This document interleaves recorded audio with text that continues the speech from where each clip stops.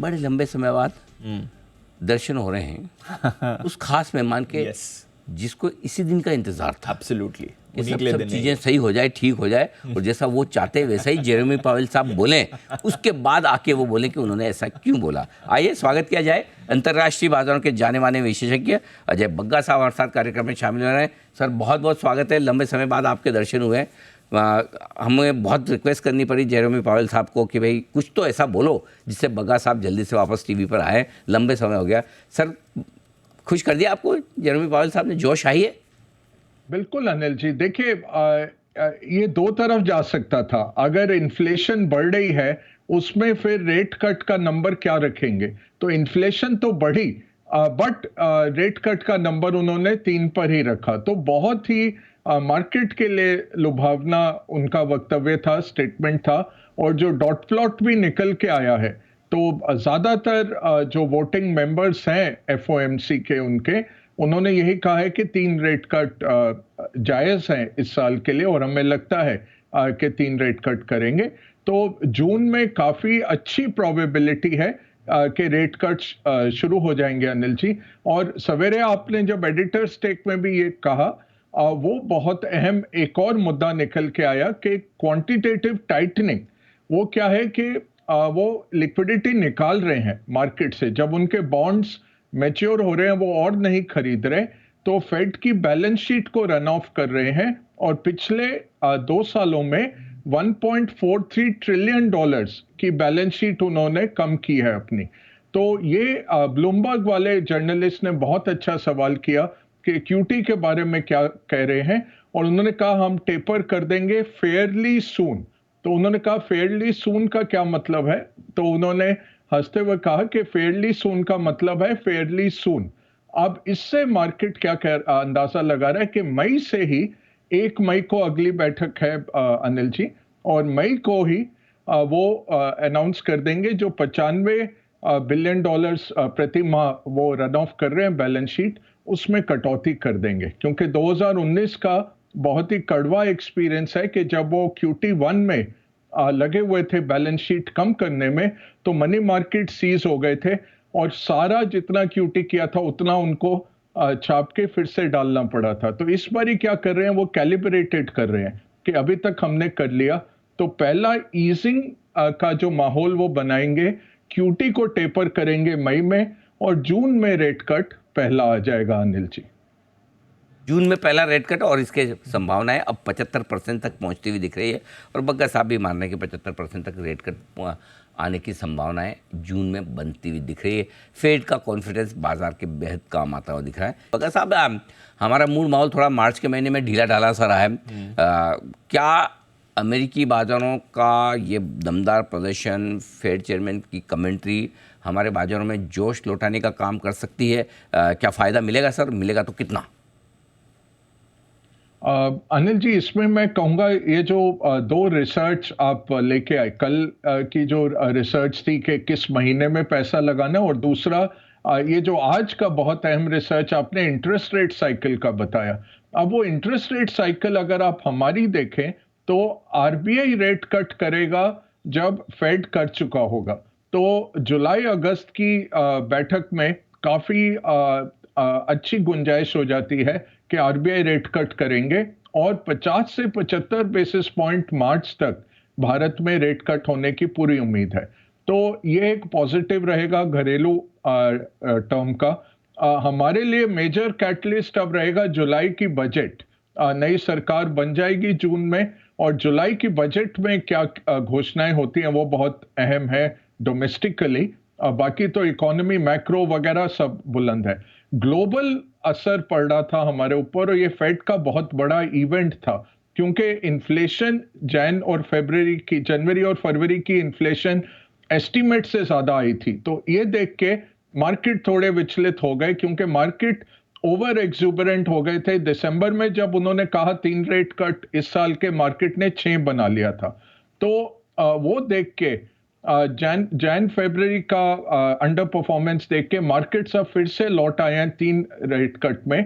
तो फेड और market sink में है, और जून में रेट कट होता है तो भारत के लिए काफी एडवांटेजियस है, क्योंकि डॉलर नीचे जाता है जब रेट कट होता है, डॉलर वीकन होता है, डॉलर वीकन होता है तो इमर्जिंग मार्केट में पैसा लगना और शुरू होता है, क्योंकि आपको कम वहां पे पैसे मिल रहे हैं घरेलू बाजारों में, और रुझान होता है कि बाहर इमर्जिंग मार्केट्स में पैसा डाला जाए। $6 ट्रिलियन मनी मार्केट फंड में बैठा हुआ है अमेरिका में, और ऐसा नहीं है कि 6 ट्रिलियन आ जाएगा बाजारों में, बट वहां से 500 बिलियन की पूरी उम्मीद है कि अगले 2-3 क्वार्टर्स में 500 बिलियन एलोकेट हो सकता है इमर्जिंग मार्केट्स में।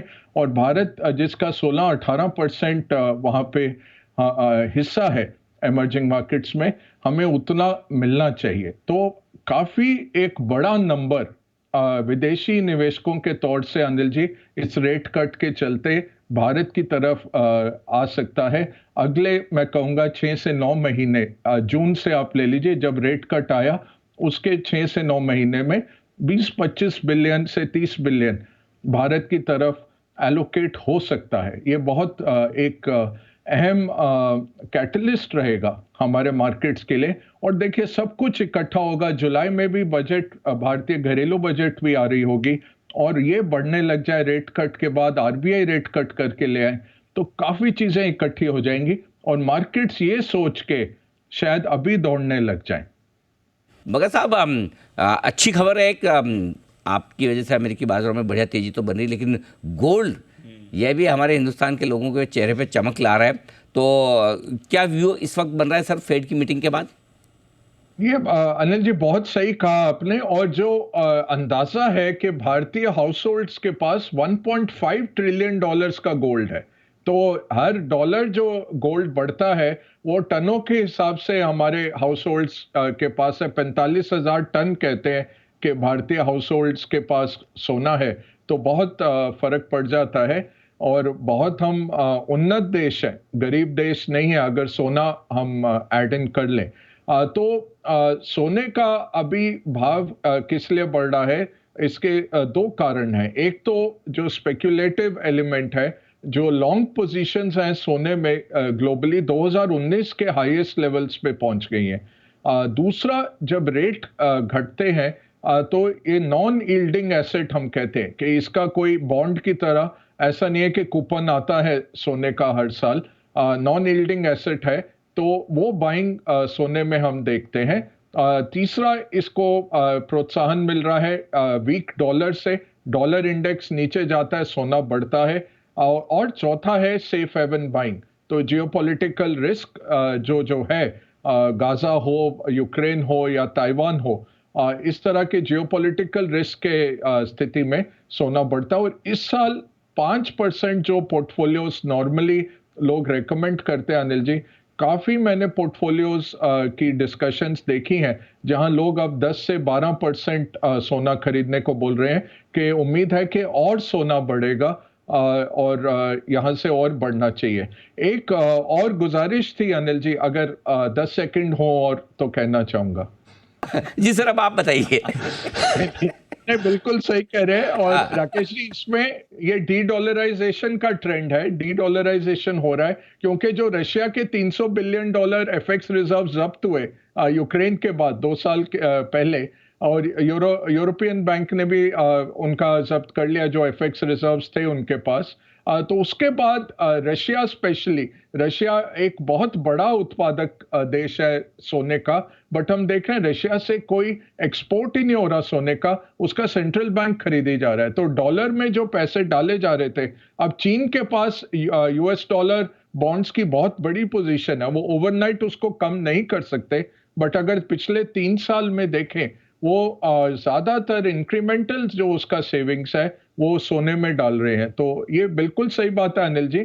मेरा जो आपसे रिक्वेस्ट था अनिल जी कि हमने एक रिटेलर की बात की, मैं बाय सेल तो देता नहीं हूँ क्योंकि कभी मेरी पोजीशन हो ना हो, फिर आके मेरे को डिस्क्लोजर मुश्किल हो जाता है। बट ये जरूर अनिल जी एक रिसर्च करिए कि जब पी रेशियो इतने हाई हो जाते हैं, हमने .com टाइम पे देखा था कि सब ये आईटी कंपनियों के 100-150 एक का 400 का भी पी चल रहा था।